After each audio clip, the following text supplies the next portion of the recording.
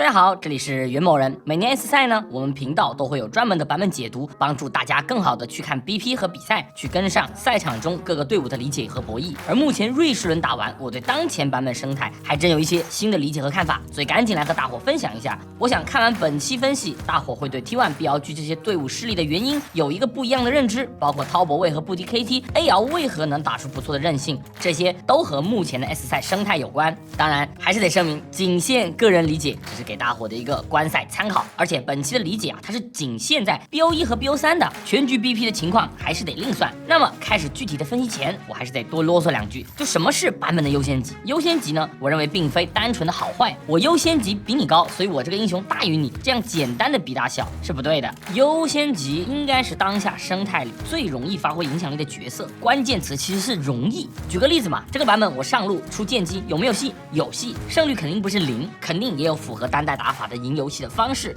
但相比于我拿赛恩就打控制支援和大团战，那剑姬的单代赢法需要的前置条件在这个版本那是更多的，也就是说要达成同样影响力，剑姬会比赛恩要求更多。所以我说一句，这个版本赛恩的优先级比剑姬高没毛病，所以这不是行不行的问题，而是达成难度的问题。基于此，我们开始来讨论现在版本的核心在哪里，因为我们只有知道版本需求的核心，我们才能更好的理清优先级的价值。拿去年 S 赛为例， S14 呢，由于潮虫非常重要，所以前期的潮虫战力会直接决定比赛的走向，所以整个比赛的重点是6分钟的第一轮潮虫团到12分钟的第二轮潮虫团后，也就是5到15分钟的一个结果，谁在这个阶段拿到优势，谁就容易赢。所以什么前期换线抗压、英雄选择，那都是围绕着这个时间段的需求来做的。虽然 S14 的整体平均时长长达33分钟，但我们看走到最后的 BLG 与 T1， 他们决赛 BO5 的平均时长实际上只有29分13秒，其实是偏快的。那么现在呢， S15 的版本需求核心是什么呢？我们依旧得从基础的版本逻辑出发。今年相较于去年最大的改动其实是20分钟刷新厄塔汉，同时男爵刷新延后到了25分钟。男爵延后会让队伍终结比赛的时间更晚，但同样通过20分钟男爵一波置换翻盘的难度也更高了。毕竟过去我可以选择前期放2龙拿线上优势，然后我在听牌龙的阶段我去逼男爵，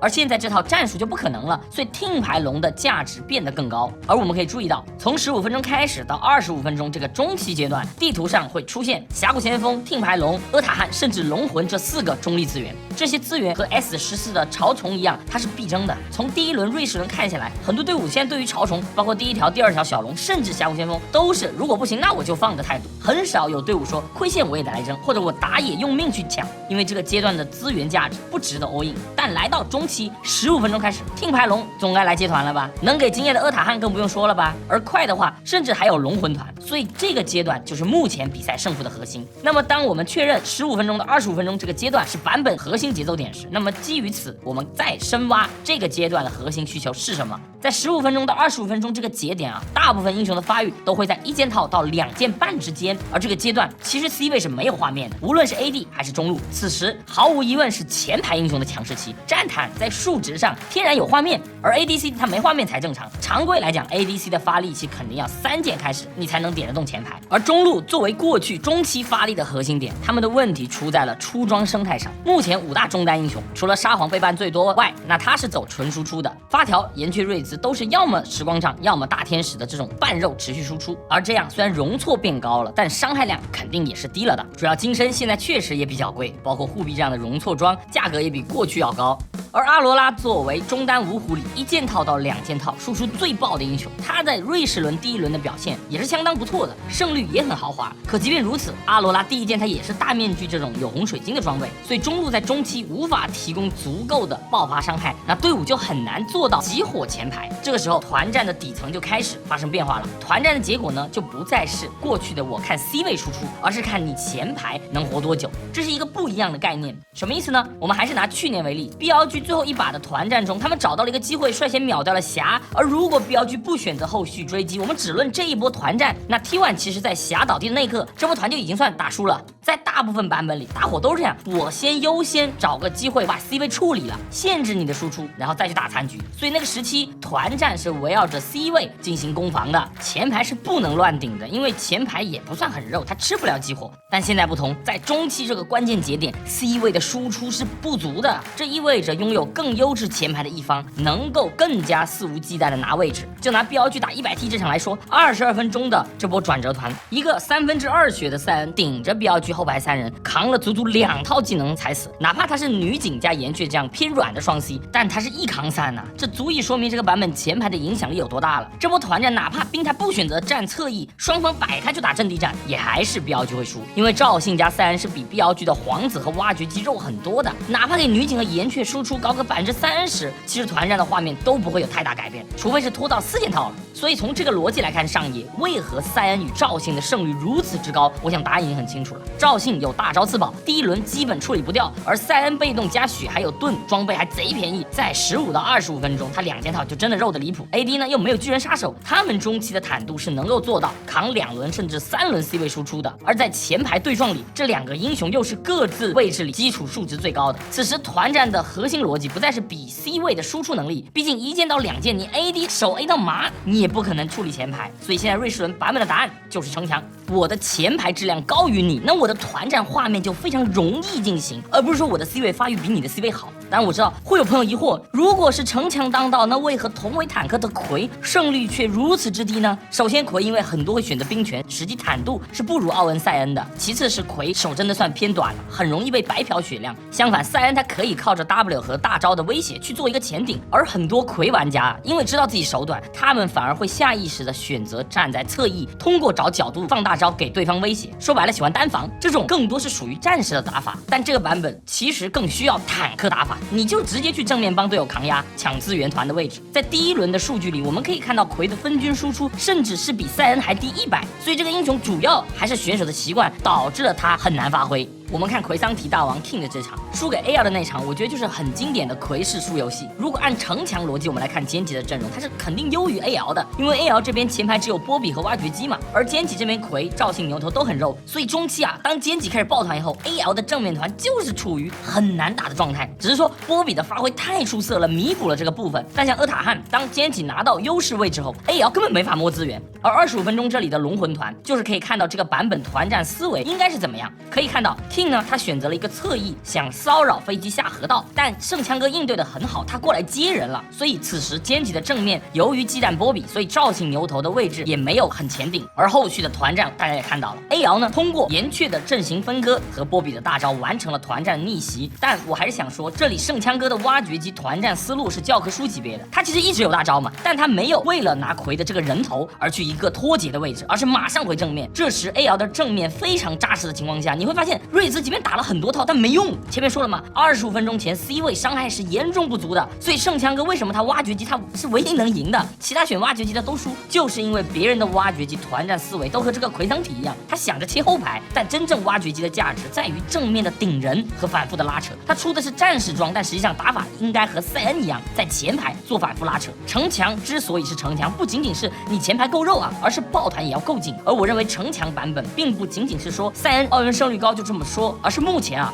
所有围绕着越过城墙的冲阵体系，在目前 BO1 或者 BO3里，它表现都很差。魏20%的胜率，皇子18%的胜率，潘森16%的胜率。同时，朗姆作为上路最适合搭配冲阵的英雄，也只有44%的胜率，看着好像还行啊。但我得说，朗姆面对塞恩时，他一把没赢过，因为朗姆和奎一样，他都喜欢站侧翼，但恰恰如此，正面的压力会很大。即便冲进去秒了 C 位，但这些英雄是没法离场的。而且前面说了，伤害量不够啊，这个版本除了 AD 以外，像法师虽然爆发低了，但血量更高啊。你的前排即便越了城墙，也只能选择找 AD， 那团战难度太高了，反而很容易吃 AOE 到大残，你进去根本走不了。不仅仅是说上野强开进场的这些英雄胜率低，下路也是一样。洛这个万金油居然只有20%的胜率啊，而且几乎没有看到高光。而泰坦也是5场赢1场，尼可也是输多胜少。相反，像布隆、波比这种偏防守的辅助，胜率非常可观。所以起码在 BO1 里，冲阵体系打保牌体系真的很难赢。你即便赢了一波团，除非一波打爆炸，否则后面的团战还是一样难受。我们从这个逻辑看 ，T1 打歼击的 BO1，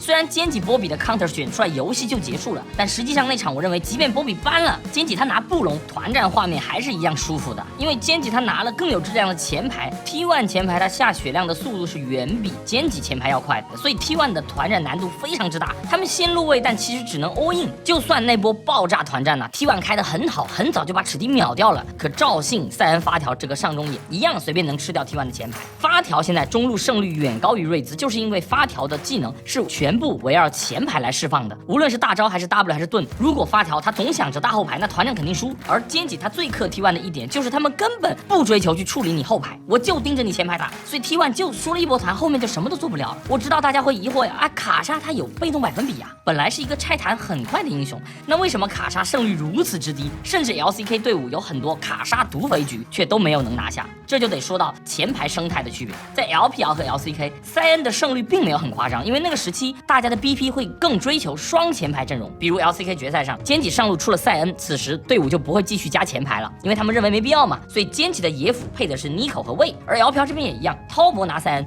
配的是潘森加洛。在这个生态下，卡莎的价值当然非常高，因为卡莎是打单前排很厉害的英雄，可以白嫖前排的同时随时找机会进场。但问题是现在是多前排，上野辅加中路他都抱得很紧，面对这种情况，手短的卡莎反而不好输出，所以很多局虽然经济吃完，但他对团队的反馈反而很少，因为手太短了。而且自家配卡莎往往会选择前排质量更低的冲阵英雄，所以吃了经济，但卡莎打得很吃力。相反，云娜娜虽然生存被削弱了，但数据是完全压制卡莎的。云娜娜不仅仅是胜率很高，而是在分军输出上也比卡莎要高很多。原因就在于云娜娜的团战逻辑太简单了，而且出装节奏完美适配版本。第一件海妖增战力加上它自带的建设，打多前排的效率是很夸张的。而它在15到25分钟这个阶段，它影响力就很大。而且有云娜娜的队伍，团战是一定会打爆团的，因为云娜娜就是一个只能打前排的 AD。而同样性质的还有飞机，飞机主要是异能给过破甲，配合队友弄前排的能力太强了。他唯一输的2局其实都是因为阵容前排不够硬，然后输给了同样能 AOE 前排的轮子妈。可以说，当我们把 BP 的优劣往前排质量上去思考时，整个 S15很多奇怪的画面就很清楚了。比如 IG 的那场会，虽然输出很高，但它的输出是跟不上前排倒地速度的，因为 T1 的赵信更肥，而 IG 这边魏和兰博完全没有自保能力，他们前排一倒，资源就完全争不了，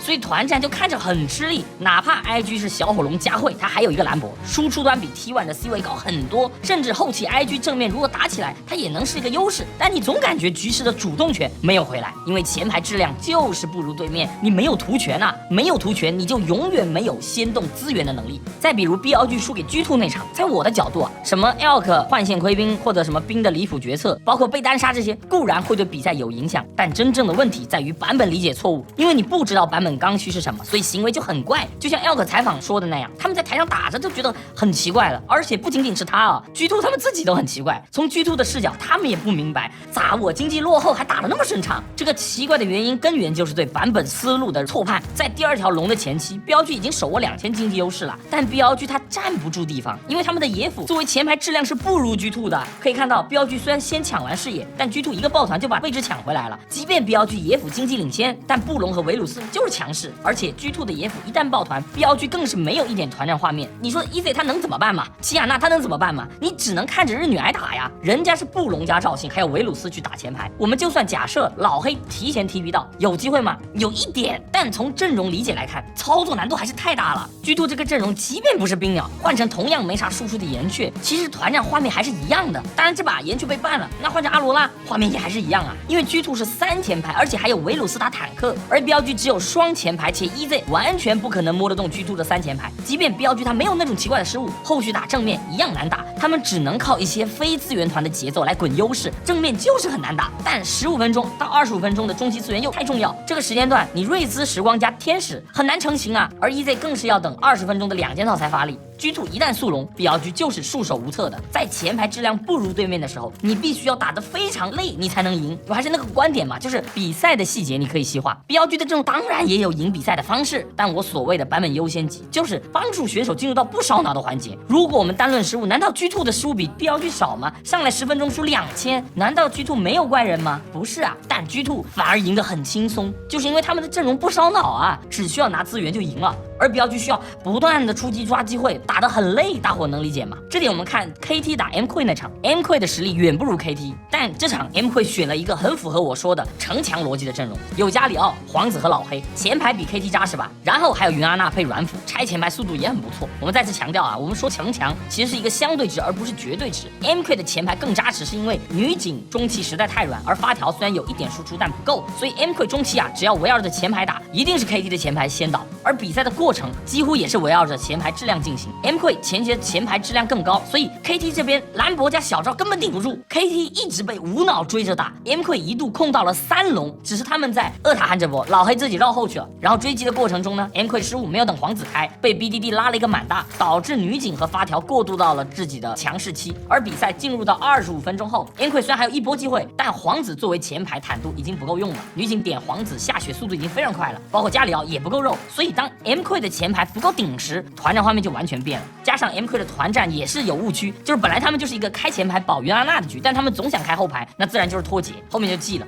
但 mQueen 这个队伍居然打 KT， 并且红色方他打出的优势比滔博打 KT 时都大，我觉得就应该能够说明前排价值在游戏里的重要性。包括我们继续看后面滔博打 KT 的比赛里，滔博第一把拿的是卡莎妮口，然后配皇子朗姆。虽然卡纳比皇子在 LPL 胜率真的已经非常高了，但没有用，阵容前排太脆了。虽然 KT 这边前排也不算多肉，但因为朗姆必须绕边，所以滔博这把皇子处境跟 BLG 那把北川的皇子是一样的，就团战1秒死。如果连卡纳比这样胜率的皇子都没法在这个版本生存，我觉得可以说明一些问题了。当然，这样说起来好像冲阵完全不符合版本，其实不是，毕竟我们打的是全局 BP。但确实从 BO1 到 BO3 的这个角度，围绕着前排质量来看比赛，它是有更容易赢的方式的。说白，性价比高嘛，围绕着前排他去控资源，就是很容易赢。而像皇子、魏洛这种看似灵活，可他们没坦度，一旦被逼出位移技能，基本就彻底没有机会进场了。所以哪怕那么多知名 ID 打到现在，你也没有什么高光，这不是选手问题，而是环境问题。那我知道会有朋友有疑问了，那按你这么说，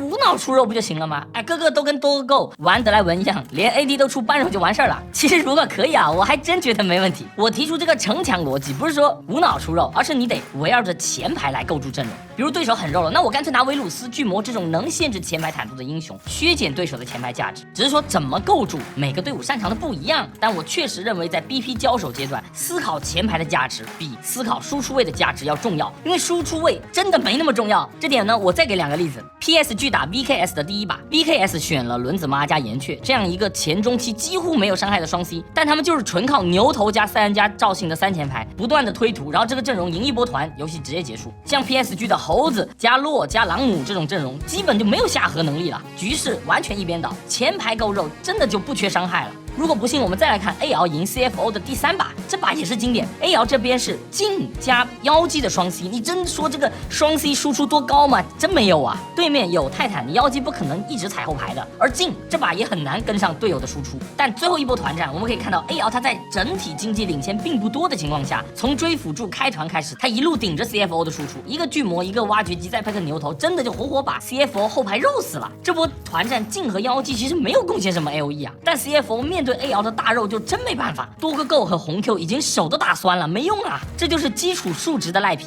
这就是城墙的版本。围绕着前排思考，是我认为必须转变的思路。我统计了目前所有比赛里超过3个人死亡的团战的阵亡顺序，我们可以很清晰的发现，野辅是最容易第一个死的位置，那这点很好理解嘛，毕竟等级最低，最容易成为破绽。而阵亡顺序里第2的位置，可以看到中单出现概率稍微高了一点，这点也很好理解，因为中路这个版本手都比较短。但除此之外，大伙发现了吗？上单反而在这个版本里团战阵亡的顺位很低，出现的概率几乎和 AD 一样了，因为上单是前排里最肉的，等级最高的，这可以侧面说明在这个版本的团战上，上单被先处理的优先级很低， AD 它很难被摸到，而上路往往是你能摸到，但对手舍不得技能打，因为伤害量确实不够。这就是这个版本的生态，输出不足，整体更肉，手又偏短，中期它需要前排来带队抢位置。当然不是每一局我们都能拿到比对面更优质的前排，但当我们知道了前排的重要性，前排质量的性价比有多高，那么我们在做 BP 时才更容易有正确的取舍。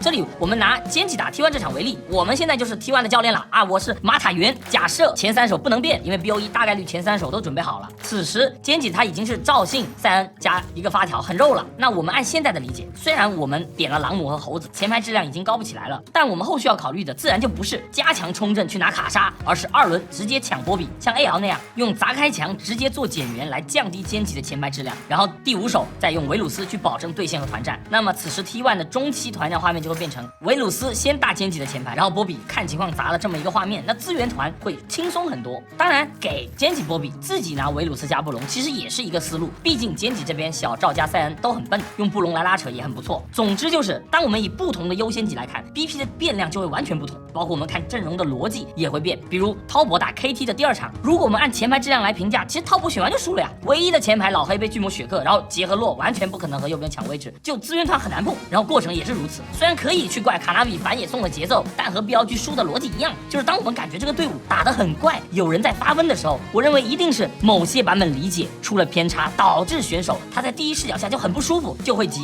就我再次强调，前排价值思维不是说单纯选肉，而是我们围绕着前排做变数。当我的前排质量高于你时，我在该打的资源团上，先入为控资源上，包括团战上，我也会优先去处理前排。那这些思维入脑后，其实游戏就会进入到简单模式，不是说一定能赢啊，只是过程会轻松一点。BP 和策略是不可能既要又要的，一定有取舍。如果假设我这个理解方向是对的，那基于此我们再来看 T1 BLG， 就很明显感觉到他们对版本的走向理解它就是错的。比如 BLG 第1场拿皇子，然后抢的是女警蜘蛛，包括后面第2场打 Fnatic 用洛加纳亚菲利加鳄鱼去硬顶中期，这都表明 BLG 认为当下比赛环境它更注重线权和节奏。但事实就是打资源团控龙它是最简单的游戏模式。BLG 第2把 BP 没那么差，很大程度是因为 Fnatic 自己踩进了女警这个完全不符合版本节奏的陷阱，甚至还配了个莫甘娜，所以显得 BLG 好像很行。但到了第3把遇到了阴差阳错的G2，才发现真不对劲了。而 T1 目前的方向，我觉得无疑也是走偏了。他们那场打 CFO 双切入的前排加 Nico， 再配上2个阵地3的 C 位，也是和 BLG 一样，更希望拿节奏。而 CF 这场最棒的就是多个 Go 选择出了半肉，银血完直接刚毙，虽然没暴击，但真的很肉啊。